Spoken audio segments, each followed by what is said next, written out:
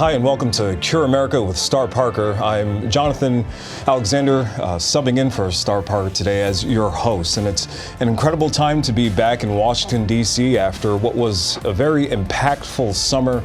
But we're also on the precipice of what's another consequential election, another opportunity for us to let our voices be heard for who our elected representatives will be and some of the issues that we'll be able to go to the polls in order to vote on. We have the opportunity at Cure almost daily to be in the fight for the culture of life. And I think that's probably where we'll start today in this show, really making the argument once again for the case for life, the case for the unborn. And with us to do that is Chris Ullman, the president of Eagle Forum, and you know her well. And I'll just say, Chris, I bet this feels like one of those summers that Eagle Forum was made for, or the fall. How is it? What's your pulse on sort of what Eagle Forum is ready to go out and do here in autumn?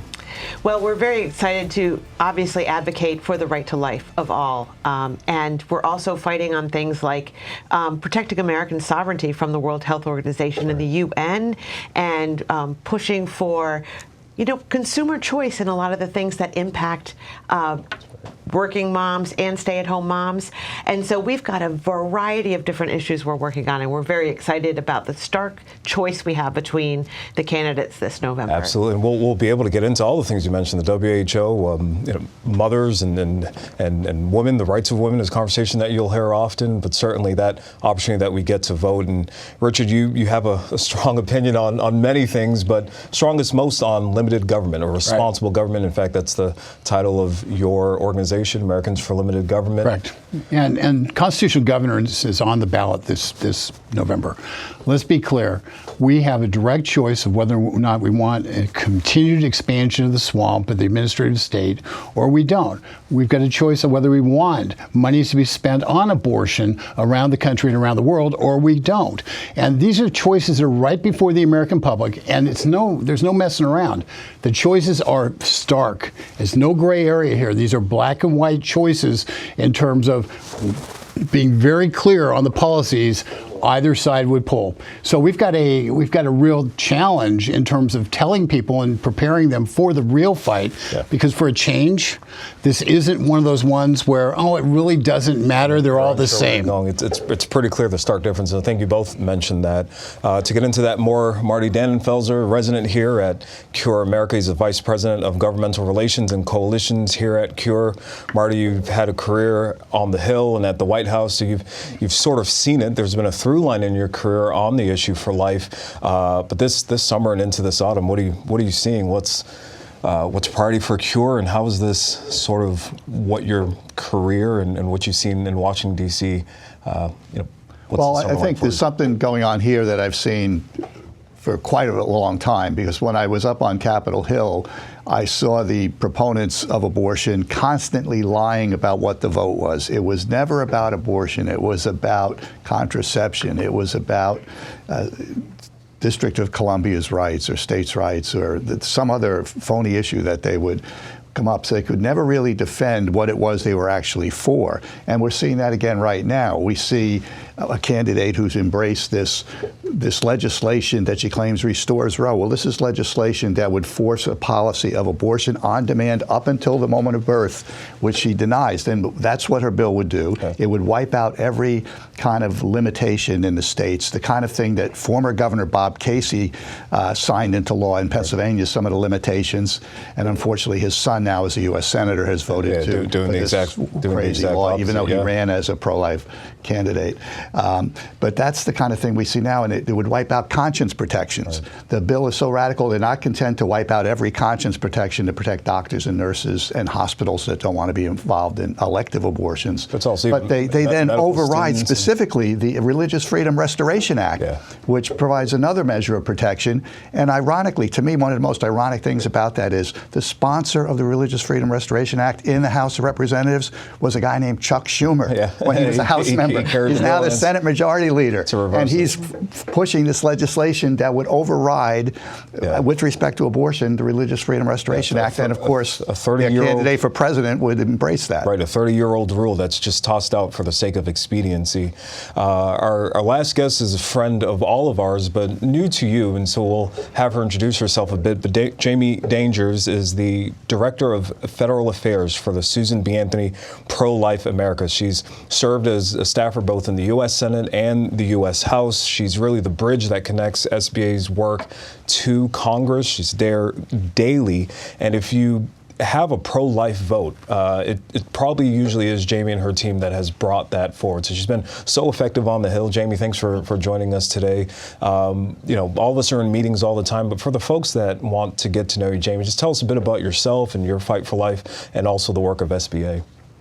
Thank you so much for having me. It's an honor to be with all of you fighting this good fight, and it really is the fight of our lives right now. When Roe was in place, we had limitations. There was only so far people could go, but now that Roe is gone, the rubber really has met the road, and we are fighting like our lives depend on it, because it is a matter of life and death. And so at Susan B. Anthony Pro-Life America, we are in battleground states with our Women Speak Out PAC. We're visiting 4 million voters, trying to help people understand really, as Marty was saying, what's at stake here, what Kamala Harris and Tim Walz would actually do, not just based on guesses, but on their actual record. Yeah, they have records. They have, to your point, they have records here. They've voted in Congress. When they were senators, we can look at their trajectory. Kamala Harris, as Attorney General, has prosecuted pro-lifers, and so there really is no secret what they'll do if they are in power. Contrast that to the Republican message. I'm sure when you're in the battleground states, you are contrasting that message. So what is the culture of life being built from these Republican candidates? Yes, at the top of the ticket, but also down ballot as well. I think contrast is so important, because America does not feel comfortable. America does not believe that late-term abortion should be legal. Sure. They're uncomfortable with that, as they should be. And so when voters see the contrast, when they see that Republicans would actually support the ability of their legislators to protect the unborn, to protect their moms from the harms of abortion. Sure. That's really important. But also, we're seeing how the Democratic Party has made it a priority to shut down pregnancy centers, the resources that are actually empowering women and giving them the resources they need to carry their babies to term and be successful at the same time. So we're really trying to educate people on what that means. Yeah, there's federal laws, or attempts. Senator Warren is outspoken in targeting these pro-life pregnancy resource senators. You have states like Massachusetts and Maryland that are putting gag orders on them. There's all these attacks against PRCs. Chris, you mentioned the moms. So the conversations that you're having with mothers, of course, hear time and time again, especially on the debate stage, that this is a big picture women's rights issue. If you're pro-abortion, you're pro-women. If you're against abortion, you're anti-women. Cut through that noise for us, and how do you combat that narrative? Because it is probably the one thing that we're hearing consistently. We know it not to be true. How do we talk around that point? Well, I think we have to remember that women in a crisis situation are in the sense a victim. And the liberal response, the pro-abortion response is, come in, we'll take your $500 and we'll send you on your way. That is not compassionate, and that does not help women in crisis. Right. The pro-life response, to realize that a woman needs assistance when she's in that situation, that she needs a pregnancy resource center or a church or even community members to come alongside her, provide her not just the financial resources she needs, but the emotional support she needs, and to walk with that journey. My husband and I have been involved with some crisis pregnancy centers and some maternity homes over the years, that they don't just, come in, we'll take your money, send you on your way. It's counseling. They walk along the journey, and after the child is born, if the mom decides to keep the child and raise the child, they're there for years with diaper drives and job training and housing and clothes and all those things. And if a woman wants to place a child for adoption, they're there to help that. These are compassionate responses that address the entire woman and all her needs, not just a quick medical procedure that leaves her damaged on the inside emotionally and alone after. And that's really sad. Yeah, I think you're absolutely right. What is there in terms of support for the women, I think is so clear and so impactful for the PRCs, but also how they get their support as well. It's not like Planned Parenthood where they're propped up getting $800 billion, $800 million every appropriations from government. These are donation-based. There are churches that are collecting things.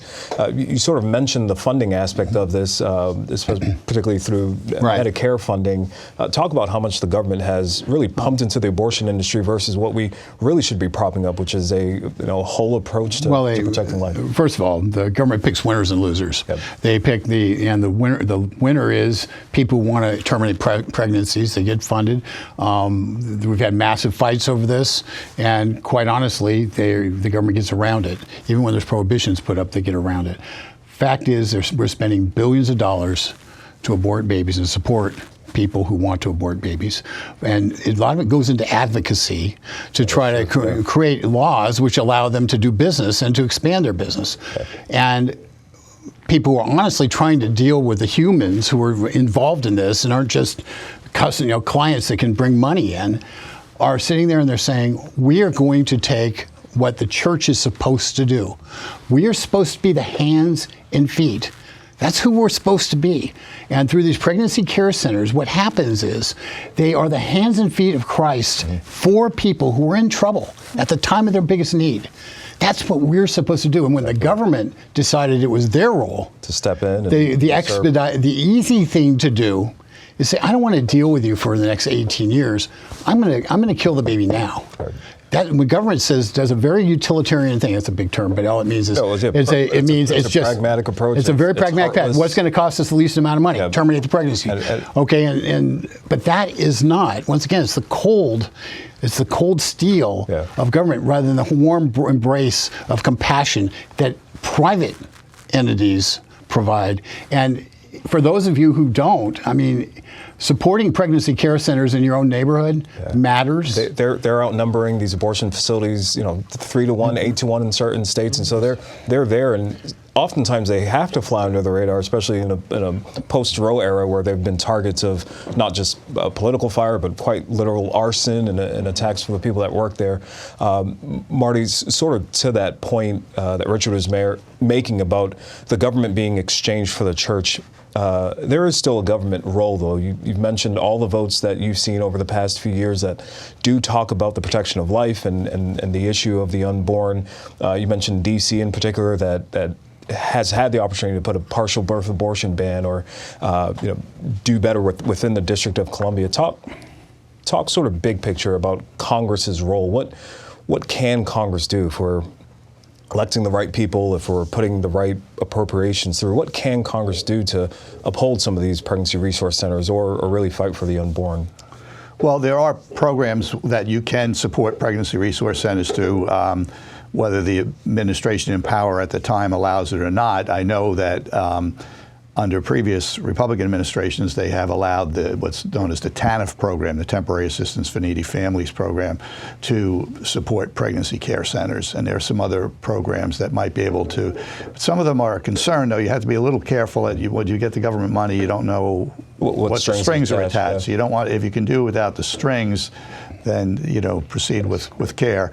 But the main thing the government can do is to make sure that they, at the very least, are not funding abortion, and that's a big thing. And we're seeing this in the healthcare area in particular. They want to infuse abortion into the healthcare, Obamacare, if you will, process. Medicaid has been a big area. That's been a big fight. Of course, the Supreme Court back in 1979 upheld the right of Congress to not have to fund abortion.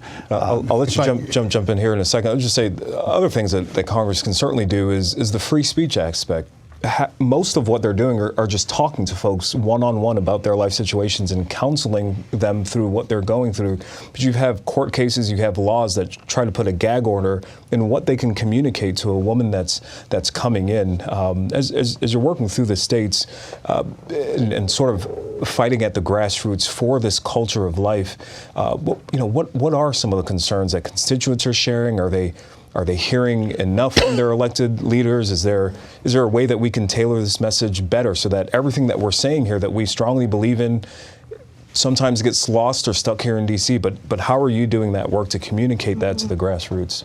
Yeah, well, first, I think we all need to remember that what the government funds, it incentivizes. Good point. And so that's why things like the Hyde Amendment and restrictions on funding that can go to actual abortion or to abortion entities like Planned Parenthood, that's why those protections are absolutely critical. And what we're seeing in the states, like you said, is a very hostile, aggressive agenda to try to shut down the ability of people to actually give real care to women, like Chris was talking about.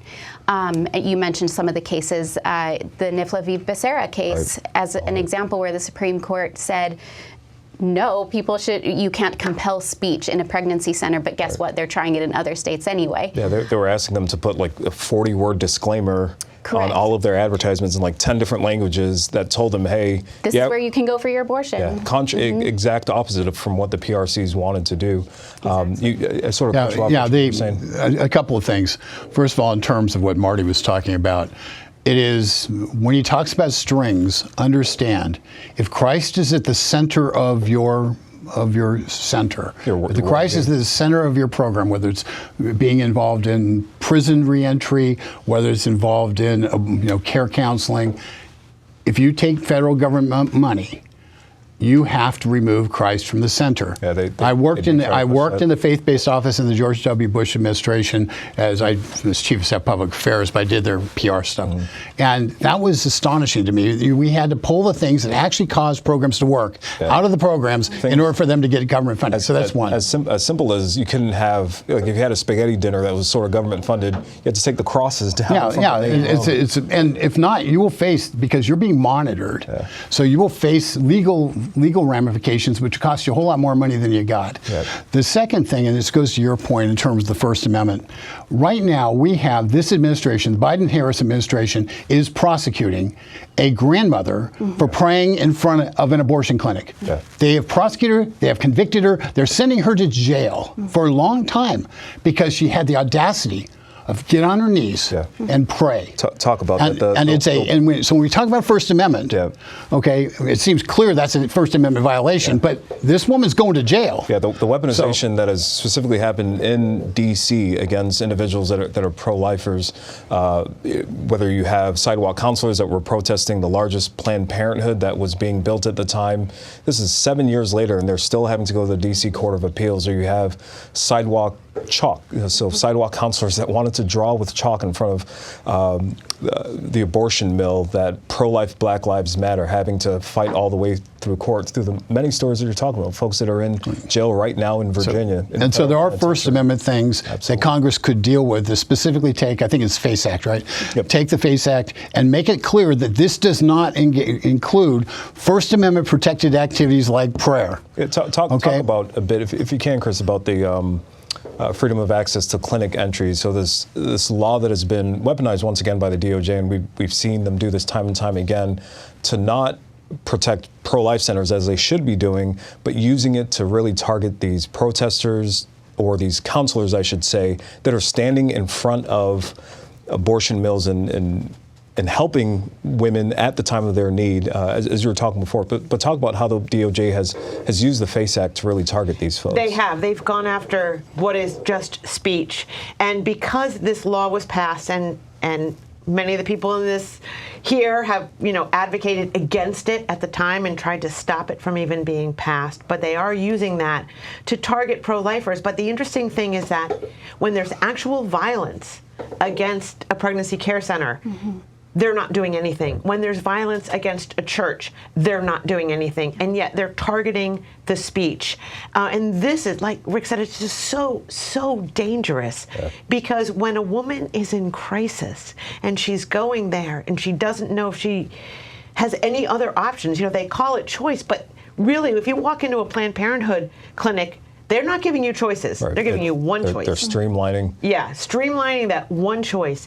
To have people outside that are praying and can talk to you and say, I am here to give you a real choice, to give you an option, to assist you in this most difficult hour. And so when we talk about the weaponization of government, this is what we're talking about. Cracking down on those sidewalk counselors, looking at them not at their behavior in terms of violence and making sure that everyone is treated fairly regardless of their message. It's going after one particular message that the government or this government doesn't like. Saying that we're going to silence you, we're going to basically bully you into submission and give you example after example of grandmothers or even young college students or a guy in Pennsylvania that was there with his 8-year-old son being harassed and harangued.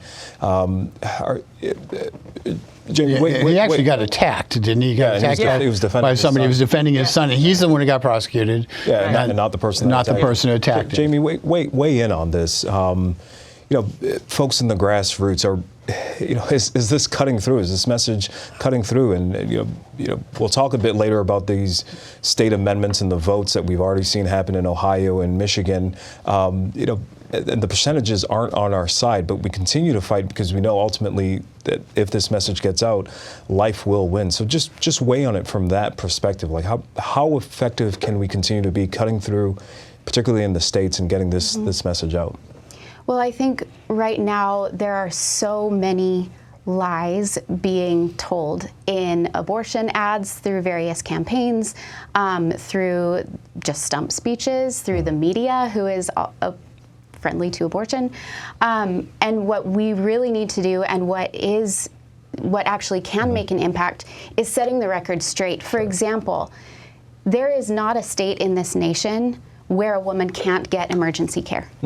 That is a lie that is being propagated by the full force of the Democratic Party right now, that a woman can't get care for miscarriage or for treatment for ectopic pregnancy.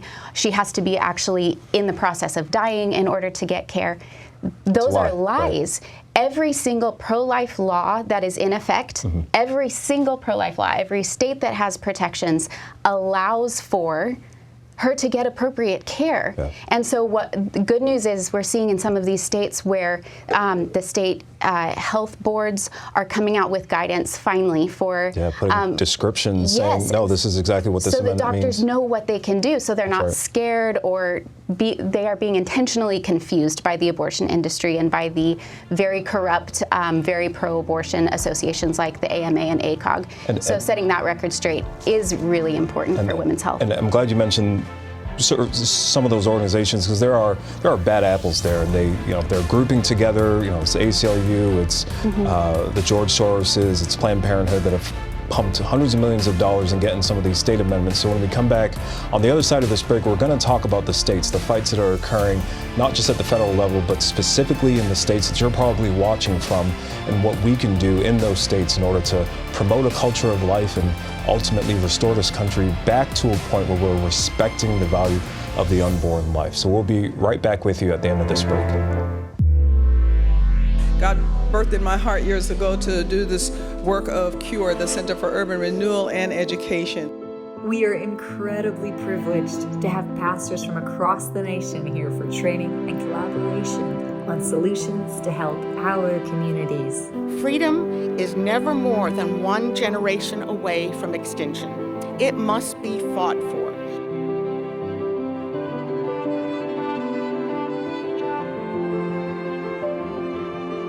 The Declaration meant what it said. All men are created equal.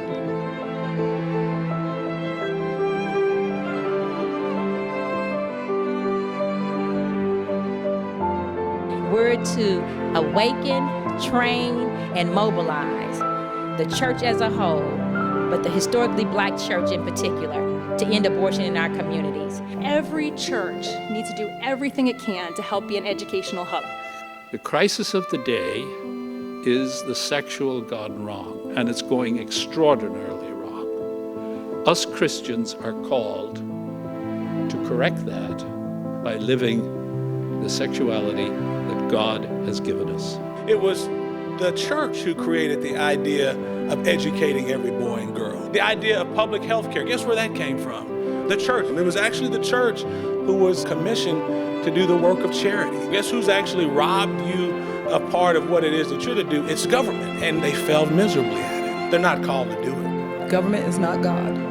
Are we going to bow to government, or are we going to bow to God? Kids need to see that confidence that we have about the truth. We're not in doubt about who we are.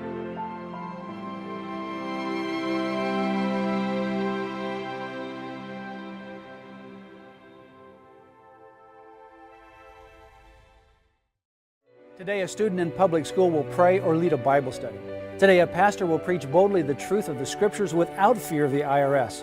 Today, the life of an innocent child will be saved, and a mother will experience the joy of a newborn baby. A distraught woman will find hope and choose life rather than death. Today, there is a strong voice defending God's created natural order of marriage and family. There is a defender of freedom in the courtroom and in the halls of Congress and in legislative bodies across the land. Today, all of this is possible because of the ministry of Liberty Counsel. People from all over America will find help and hope because of Liberty Counsel. The adversity they face will be turned into victory, case by case, law by law, person by person. Liberty Counsel is advancing religious freedom, the sanctity of human life, and the family through litigation, education, and public policy. And that is the mission of Liberty Counsel, to restore the culture by advancing life, liberty, and family.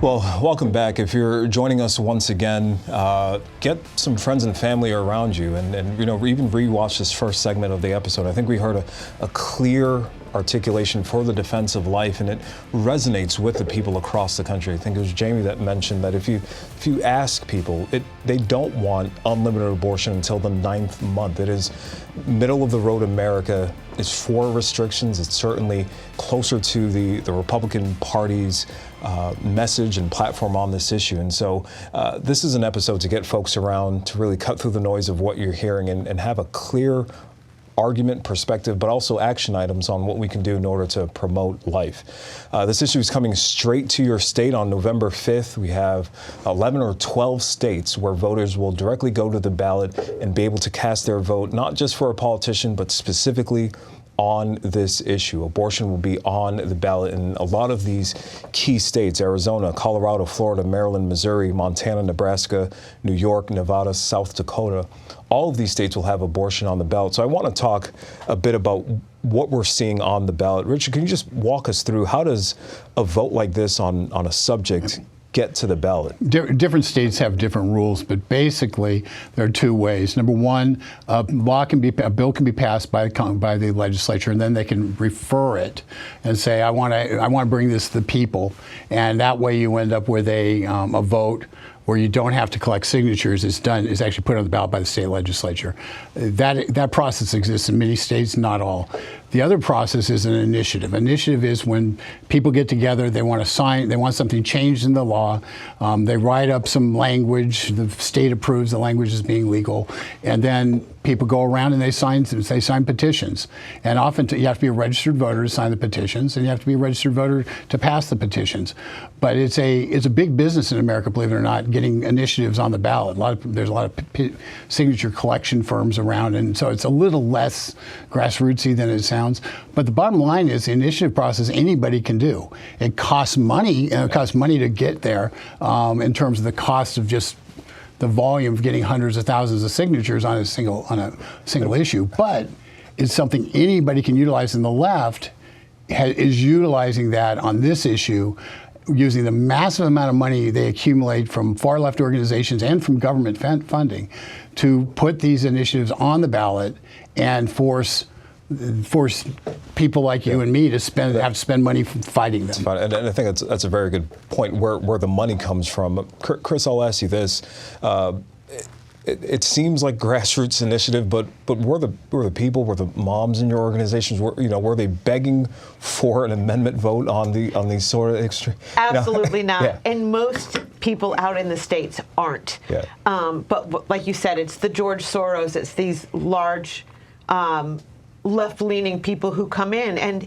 And what we're seeing from the pro-life groups in the States is they say, this is not something even our local pro-abortion people want. It's coming in from another state, and they've been very successful.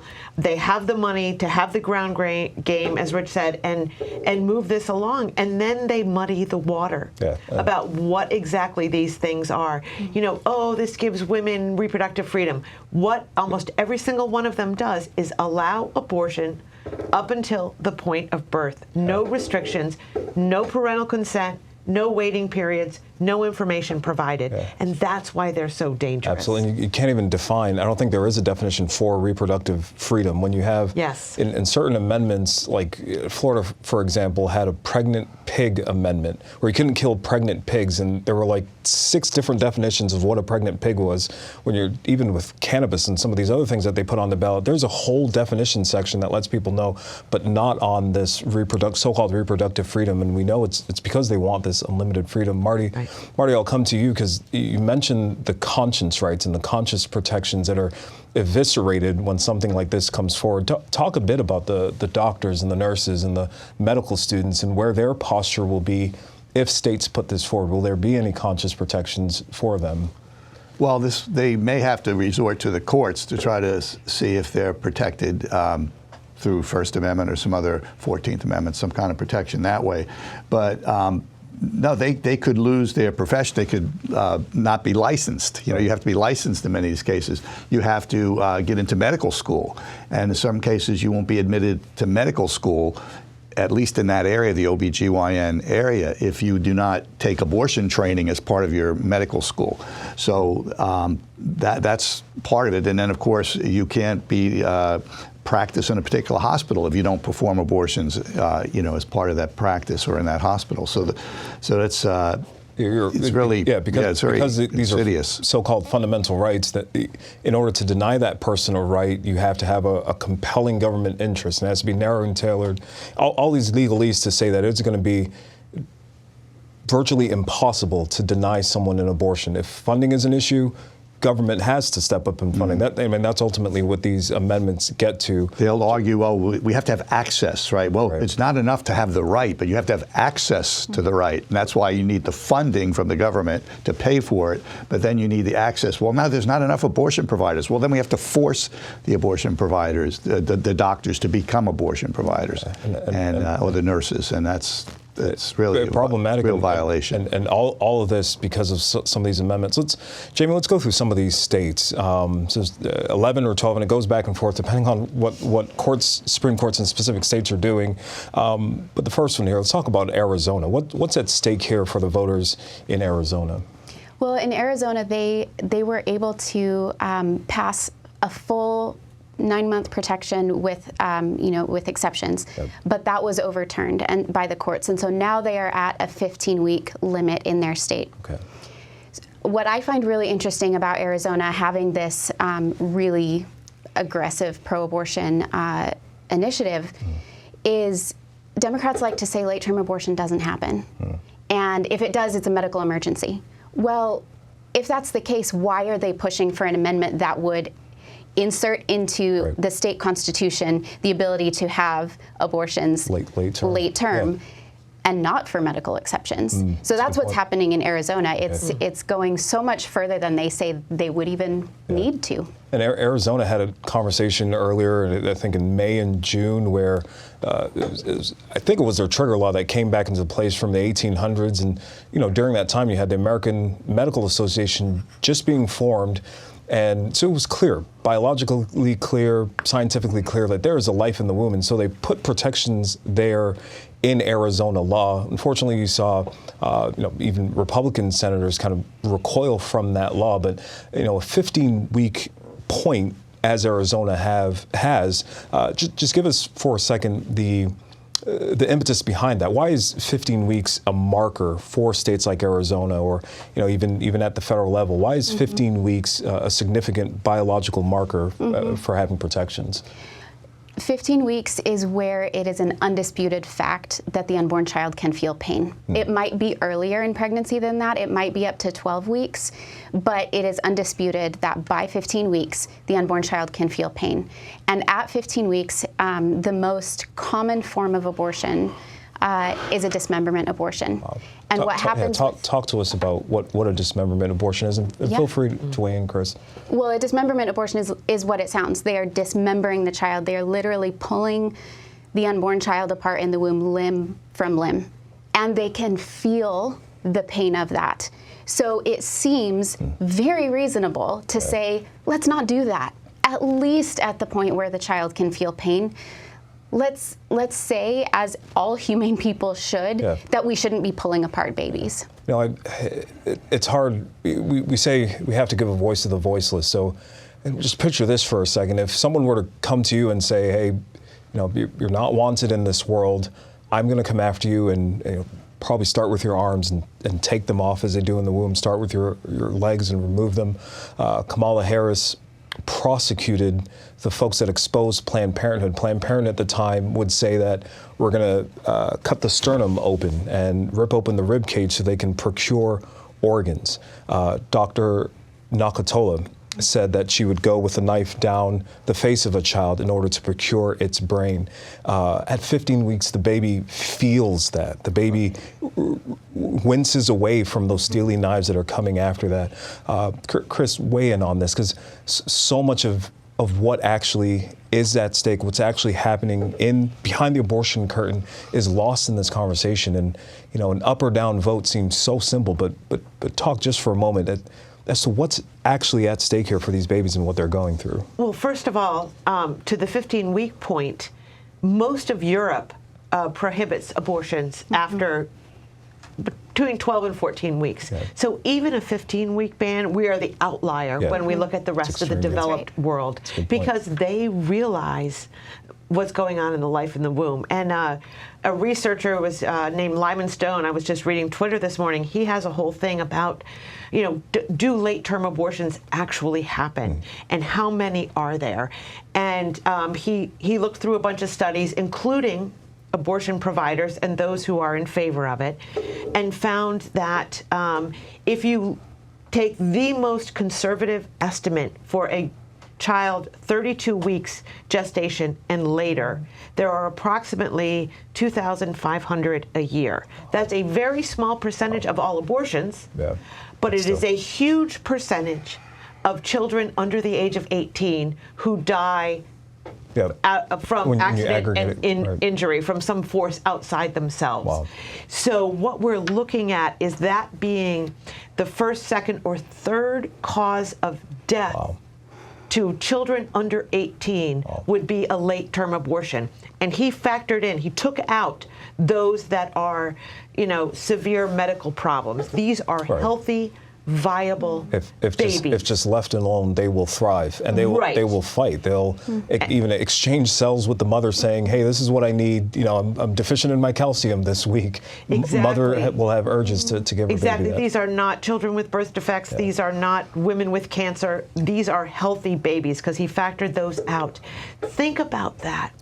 Think about how we have laws for car seats and putting babies on their back to prevent SIDS, but yet the number one or two, depending on how, because there are no statistics, as you said, cause of death of all children under 18 are these late-term abortions after 32 weeks. We're not talking 15, 16, or even 20 weeks pre-viability. These are viable babies who, if they were delivered, would survive at that point. And, either perhaps be adopted, or the mom has a change of heart. All those things are possible. And if you ask that child, and Ronald Reagan was famous in saying it, that everyone who's for abortion is already alive. Exactly. And if you give a voice to that baby there, she'll say, "Let me fight." Weigh in on this, Richard. First of all, being in the womb shouldn't be the most dangerous place for a baby to be. Okay, let's just be clear. Right now in America, being in the womb is the most dangerous place for a baby to be, because unlike the people who want to exclude kids who may have disabilities, sometimes they get that wrong, by the way, but kids who may have disabilities, I actually happen to believe people with disabilities are people. And count. Okay, people with disabilities count. We build all these laws for people with disabilities, ramp laws and all that stuff, so people with disabilities can have active, normal lives as much as possible. And yet, when it comes to abortion, we had a governor of Virginia who sit there and talk about, like, if a baby was born and it was still, they didn't cut the umbilical cord, so it was still dependent, and it was laying on the they'd lay it on the table if it was disabled, and they'd ask the mother, what do you want to do about it? It is to murder children in the womb who are viable is insane. To torture them in the womb is evil at its core. And those who defend it, Kamala Harris said it was immoral. She was taking a moral position. If that's her moral position, then she is completely immoral at her core. Absolutely. Jamie, you had mentioned this, but Marty, I'll have you weigh in on this. When the opportunity was given to both Senator Waltz and Senator Harris to vote in favor of a Born Alive Infant Protection Act, both of them voted against it. You were on the Hill during that time. You know, what happens in the Democrat caucus to get them to be so rabid about abortion that even if the child is there after survived a botched abortion, that they can't cast a vote in order to protect it? Well, it used to be that there were, at one point, it was like a 99-0 vote, I believe, in the U.S. Senate on the Born Alive Infant Protection. You wouldn't know that. And now they've determined that it's an abortion issue, right? Even though abortions supposedly are not taking place up until the moment of birth, you're limiting abortion if you pass a Born Alive Infants Protection Act. And one of the states that repealed those kind of protections was Minnesota. And not only did Tim Walz vote this way as a member of Congress, as the governor of Minnesota, he signed a legislation that repealed the Born Alive Infant protections. So that is allowed up until the moment of birth. You know, the ABC News moderator, who happens now finding out is a sorority sister of Kamala Harris, she fact-checked and said, no, this is not happening. It's not real time. Right, it's during the debate that this is not happening. No state allows that. Well, it turns out ABC News had reproduced a chart from the a map that was produced by the Alan Guttmacher Institute, which is, Alan Guttmacher was a former president of Planned Parenthood, and the Guttmacher Institute was originally the research arm of Planned Parenthood. But they produced a map that showed the different limitations in the states. States with no limitation whatsoever, there were 9 states. Wow. But supposedly no states do that. One of those states was Minnesota, which Governor Walz is still the governor there. And it's that way because of him. That's why they are that way. Well, thank you for that clarity, the political clarity and implications of that. So, you know, 9 states that have unlimited abortions. But in a state like Florida, Florida is a state that just recently passed a 6-week ban. It's a ban that targets another mile marker in the development of the unborn, which is when their heart beats, a universal sign that there's life there. But Florida has on its ballot, too, another state that has on its ballot an amendment that'll get rid of not just the 6-week bill ban, but also any other protections for life, even basic health and safety protections for the women. Talk to us a bit about Florida and what we'll see on the ballot there. Obviously, a no vote on Amendment 4 is what we're pushing for, but talk to us about what's going on in Florida. Yeah, in Florida, we've seen really good progress. Governor DeSantis is doing an incredible job of leading out on setting the record straight on what the amendment would actually mean. The ACA in Florida, they have put out really good information on how Amendment 4 would change their current law. Can you just tell us what ACA is? Is that their health administration? Okay, that makes sense. I'm sorry. Okay. And so one of the things like you mentioned earlier, is they don't include any definitions in their amendment. And so when you have loosey-goosey language, it can be interpreted by courts to mean whatever they want it to mean. Right. And so what it would include is you don't have to be a physician to do an abortion. It would entirely gut their parental consent law. Wow. They say there could be parental notification as if that was upholding the law, but it's not. It's taking out the consent piece. And so abortion would be allowed for any reason at any moment, a minor girl could get an abortion from a non-physician without her parents having any idea.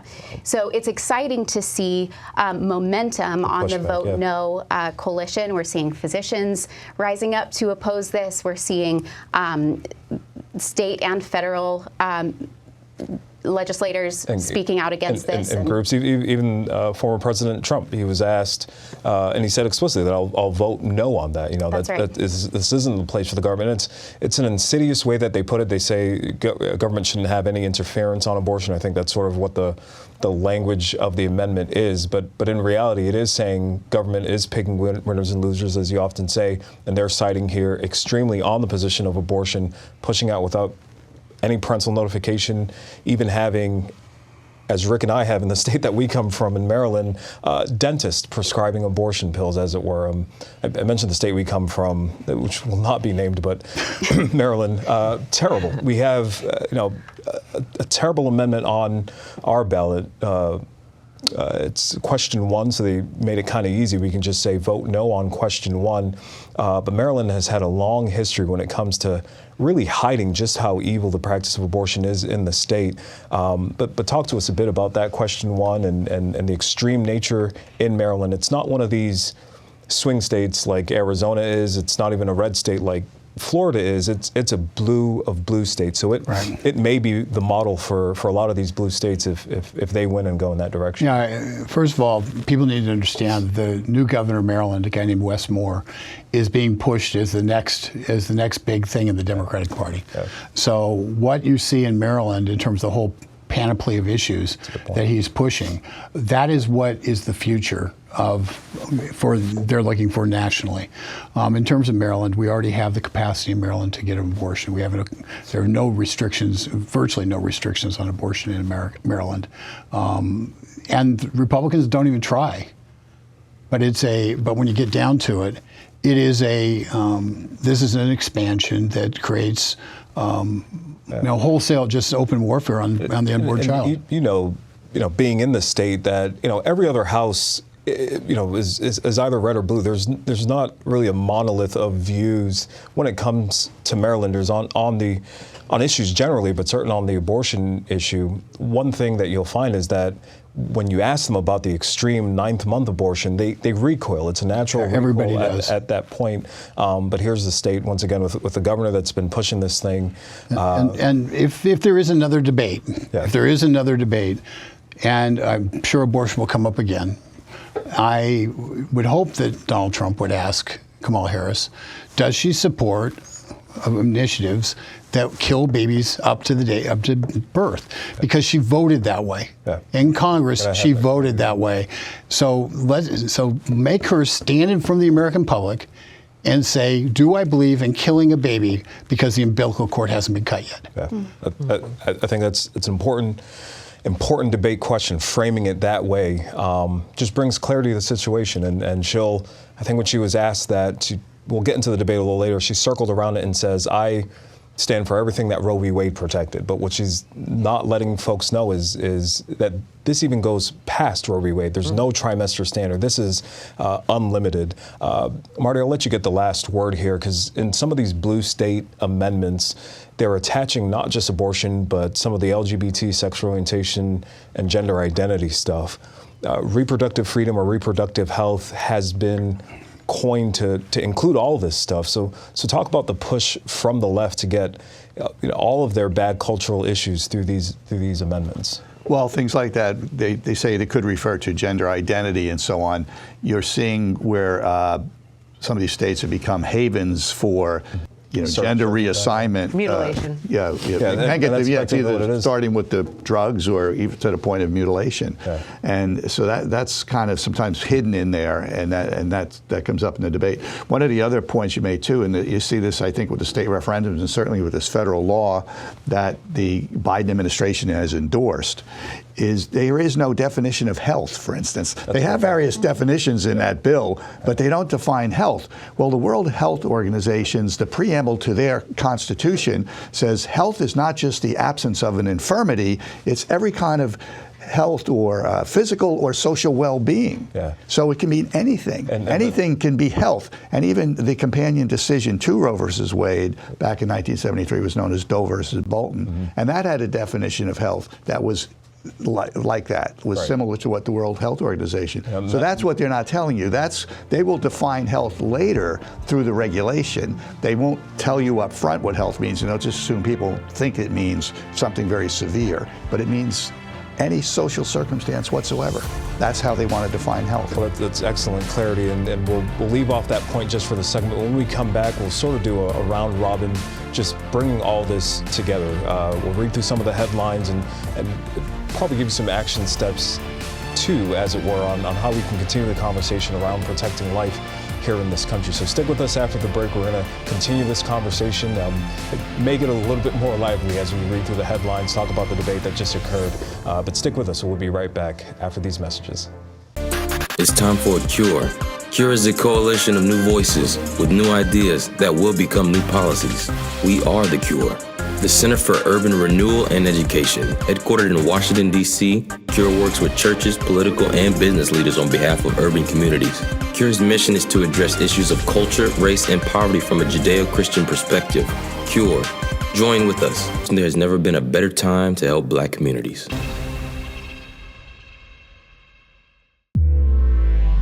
God birthed in my heart years ago to do this work of CURE, the Center for Urban Renewal and Education. We are incredibly privileged to have pastors from across the nation here for training and collaboration on solutions to help our communities. Freedom is never more than one generation away from extinction. It must be fought for.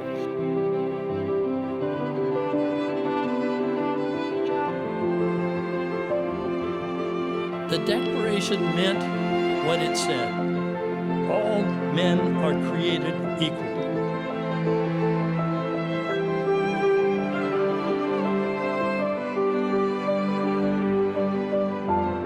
We're to awaken, train, and mobilize the church as a whole, but the historically Black church in particular, to end abortion in our communities. Every church needs to do everything it can to help be an educational hub. The crisis of the day is the sexual gone wrong, and it's going extraordinarily wrong. Us Christians are called to correct that by living the sexuality that God has given us. It was the church who created the idea of educating every boy and girl. The idea of public health care, guess where that came from? The church. It was actually the church who was commissioned to do the work of charity. Guess who's actually robbed you a part of what it is that you're to do? It's government, and they failed miserably at it. They're not called to do it. Government is not God. Are we going to bow to government, or are we going to bow to God? Kids need to see that confidence that we have about the truth. We're not in doubt about who we are.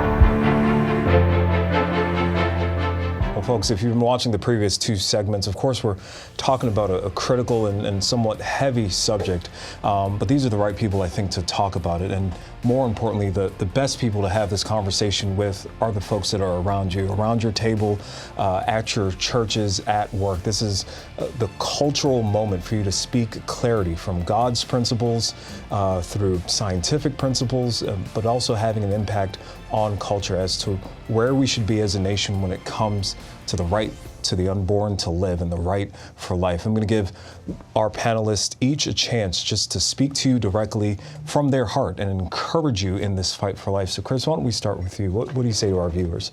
Well, sure. You know, I was fortunate to be raised in a pro-life family, but when I went to college, I thought, you know, I really can't tell anybody else what to do. I'm pro-life, but they can do whatever they want. And then I realized that this is the human rights issue of our time.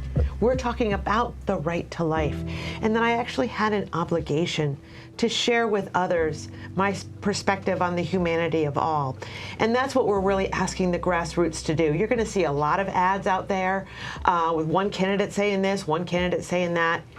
But what your friends and neighbors need to hear is from you about how these ads are warping the debate. One side wants abortion until birth for any reason paid for by the taxpayers, and the other side wants to protect life and understands that each and every life is beautiful and precious and is a person with potential.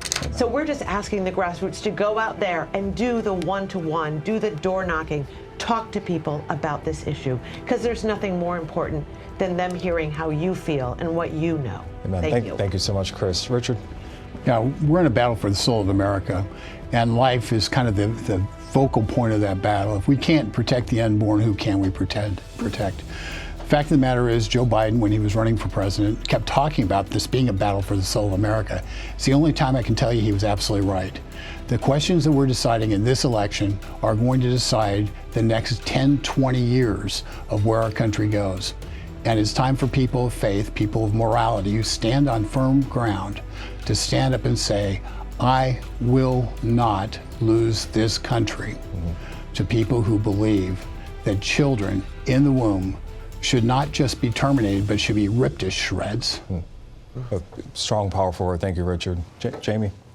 Yeah, I think we know God is the author of life. Sure. He's the one, he is the God of truth, and he's a God of clarity. And so what are we doing to partner with what he is already doing? How can we bring truth to these well-funded lies? How can we come around moms and not eliminate the pregnancy, but eliminate the crisis? How can we support families who have genuine difficulties, pressure points where they're considering whether abortion is their only option, or moms who are feeling coerced or pressured into having abortion? Come alongside them. And then with the ballot initiatives, get in touch with the coalition that is leading the charge to defeat these. Help them raise money.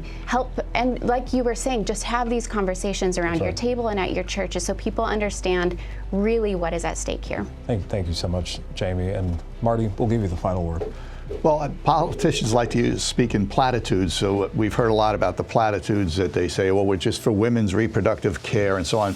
But, when you go out and buy a car, you don't just look at the car before you buy it, you look under the hood. So you got to look under the hood at what these politicians really believe and what they vote for, not just what they say, but what have they voted for. We've seen these politicians as governor, as senator, as vice president, and so on. We've seen what their policies are, and they are very radical policies. And look at that legislation that they support, the Women's Health Protection Act. They give it a glossy name, but it's online. You can go look at it.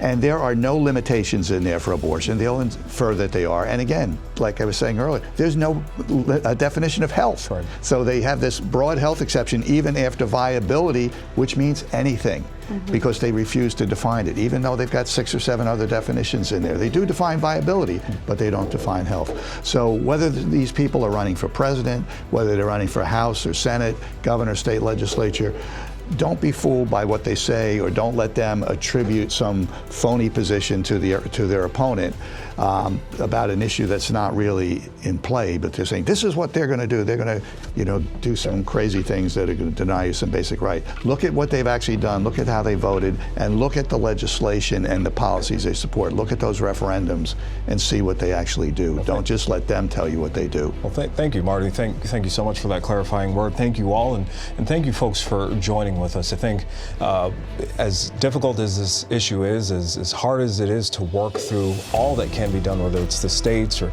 supporting pregnancy care centers or battling for the soul of America or even battling back federal legislation, know that God is on our side in this battle. And Romans tells us if God is for us, whether it's hardship or persecution or peril or famine or the sword, if God is for us, who can stand against us? God's heart is for his children, and that ought to encourage you this week as you go out and do the work of protecting innocence and protecting children. We'll see you right here next week on Cure America with Star Parker.